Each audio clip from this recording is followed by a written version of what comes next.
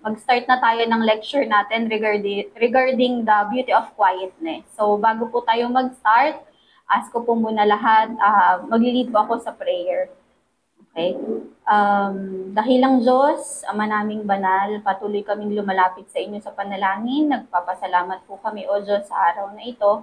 Dalangin namin, Ama, na sa pag-aaral namin ay gabayan niyo po kami, Ama, bigyan niyo po kami ng karunungan na matuto dito sa aming pag-aaralan at magamit namin to, Panginoon, sa pang-araw-araw naming buhay.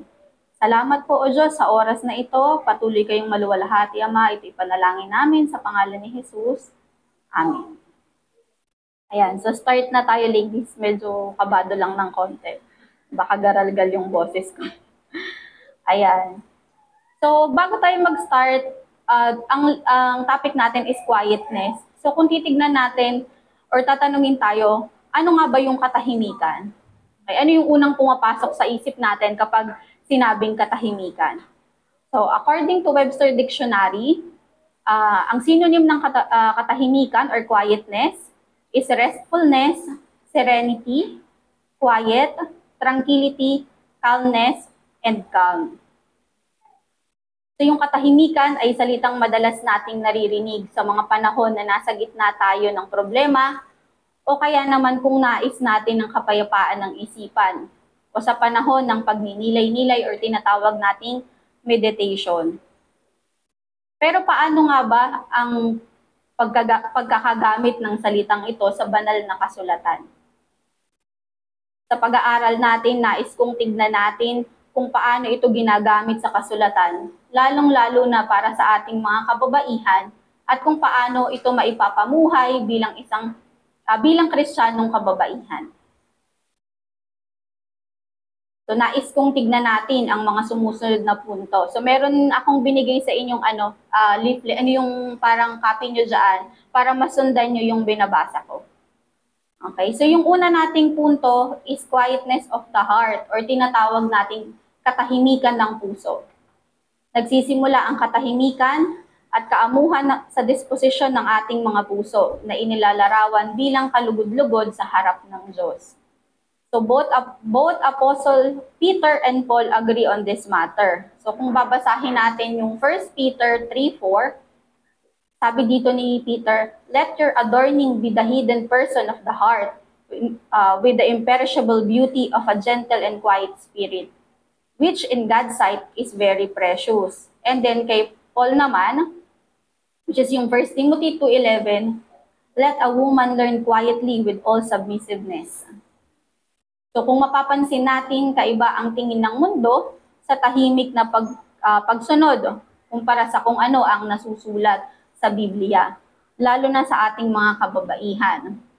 Ang tingin ng mundo sa tahimik na pagsunod ay ang pagsunod na napipilitan o sunod-sunuran lang.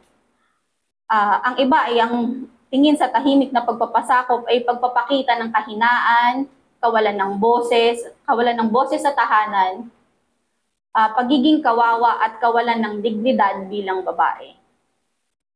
Ngunit kaiba ito sa nasusulat sa Biblia na mga katangian ng mga kababaihan. So merong mga binigay ditong karakteristik. So kung babasahin natin dito sa 1 Peter 3:6, so fearless, sila ay may kasiguraduhan, hopeful, 1 Peter 3:5, babaeng puno ng pag-asa, peaceful, which is sa Isaiah 32 verse 17 to 18. May tunay na kapayapaan at kapanatagan. Precious, 1 Peter 3:4. May halaga at dignidad. Imperishable. Ganun din sa 1 Peter 3:4. Kapaki-pakinabang. Strong, sabi sa Isaiah 30:15. May taglay na kalakasan. Content, which is sa Ecclesiastes 4:6. May kakontentuhan. So ilang magandang halimbawa ang ating makikita sa kasulatan. So merong mga example dito na binigay. So si Sarah ay sa malayang pagpapasakop sa desisyon ni Abraham, ay siya ay sumunod kay Abraham habang patuloy na nagtitiwala sa Diyos. So kung mababasa natin sa Biblia, 'di ba, nung pumunta sila sa ilang, hindi siya nagdalawang isip na sumunod o kontrahin yung asawa niya kasi alam nila na hindi pa nila napuntahan yung lugar na yon or bago sa kanila yung lugar na yon, pero hindi siya lumaban. sumunod siya kay Abraham. Ganon din kay Esther, nirespeto niya yung kanyang asawang hari. Kahit na nakataya ang kanyang buhay at ang mga Hudyo, malaya siyang nagpasakop sa otoridad ng kanyang asawa, ano man ang kanyang maging desisyon. So yung background nito before is yung, kung alam niyo yung kay Mordecai tsaka kay Esther. So kung mababasa niyo doon, anong ginawa ni Esther para tumayo doon sa kanyang lipi, which is mababanish yung buong lipi ng Hudyo doon sa magiging verdict ng hari. So tumayo siya para ipagtanggol or para para erase yung lipi nila. So kung babasahin niyo yung sa Esther, nandun siya nakasulat. Makikita natin na ang tunay na pagpapasakop ay hindi lang patungkol sa pagiging tahimik o hindi pagsasalita sa mga desisyon o issue, kundi ito ay nagmumula sa pusong hindi lang handang magpasakop sa disenyo ng Diyos, kundi pusong malaya at lubos na nagtitiwala sa kalooban ng Diyos. Next natin is yung quietness in speech, which is yung katahimikan sa pananalita. Madalas sa ating mga kababaihan, hindi natin maiwasan ang pagiging masalita. Normal yan, alam natin yan, at maraming nasasabi. Ngunit tinuturo sa Biblia, lalo na sa ating mga kababaihan, na ang pagsasalita ay may tamang lugar at tamang oras. Dahil ang kababaihan ay tinatawag sa mapagbiyayang pananalita. May karunungan at kahinahunan. Di gaya ng mga halimbawang nakikita natin sa hindi mananampalatayang kababaihan. Hindi ko naman nilalahat pero kadalasan sila ay maingay, walang kontrol sa pananalita at madalas hindi pinag-iisipan ng kanilang mga sinasabi. At minsan maging tayo, kahit tayong mga Kristiyano or yung mananampalataya na meron tayong parehong tendency kung hindi natin babantayan ang ating sarili. So halimbawa doon sa sinabi ni Pablo sa kanyang teksto. Sa 1 Corinthians 14:34-35, sabi niya doon, "The woman should keep silent in the churches, for they are not permitted to speak, but should be in submission, as the law also says. If there is anything they desire to learn, let them ask their husbands at home, for it is shameful for a woman to speak in a church." So dito, makikita natin na hindi pinipigilan ng mga kababaihan sa pananalita. Ngunit tinuturo kung sila ay may katanungan, mga opinyon, o maging kritisismo, ay dapat nila itong sabihin sa tamang lugar at tamang pagkakataon. Dahil ang katahimikan ay hindi lamang patungkol sa ingay o lakas ng pananalita, bagkus ito ay may mas malalim pang kahulugan. Specifically sa ating mga kababaihan. So meron akong nabasang article dun sa binigay ni Pastor, sabi doon, "Quietness concerns a woman's spirit more than it concerns her speech." So makikita natin talaga mahalaga yung natin sa pagsasalita. Bago natin sabihin yung mga bagay na naiisip natin, isipin muna natin kung makakatulong ba to or may maganda ba tong implikasyon sa atin bilang asawa, bilang anak, or bilang kabataan. Yan. So sa third point natin, which is quietness is peace with God. Katahimikan na may kapayapaan sa Diyos. Sa mga asawang babae, ang mga tahimik na pagsunod at pagpapasakop sa iyong asawa ay pagpapakita ng pagsunod sa Diyos. At ganun din para sa mga anak na babae, ang pagpapasakop sa inyong tatay ay nagpapakita ng pagsunod sa Diyos dahil sila ang itinalagang otoridad ng Diyos sa tahanan. So meron tayong makikitang dalawang contrasting example which is nakalagay sa Proverbs. So ito yung sinulat ni Solomon. Una dito is si Madam Folly. So mababasa natin sa Proverbs 7:11. Nakalagay dito, "She is unruly and defiant. Her feet never stay at home." So isa siyang example ng isang babae na lumalaban sa kanyang asawa. So isang asawang babae na hindi lamang maingay sa tahanan, magulo at rebelde, kundi ang kanyang puso ay nagpupumiglas din sa pagsunod sa kanyang asawang lalaki. So, kabaliktaran naman to kung titignan natin yung isang example ni Solomon, which is si Lady Wisdom. Nakalagay sa kanya, siya ay tahimik na nagpapasakop. Sa kanyang pananalita at pamumuhay, makikita ang kanyang pagpaparangal sa Diyos.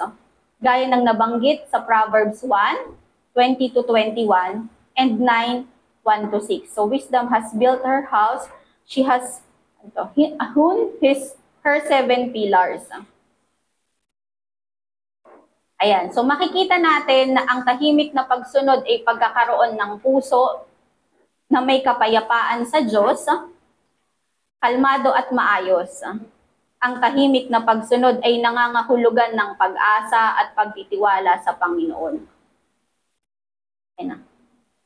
So, number 4, nakakasunod naman po tayo.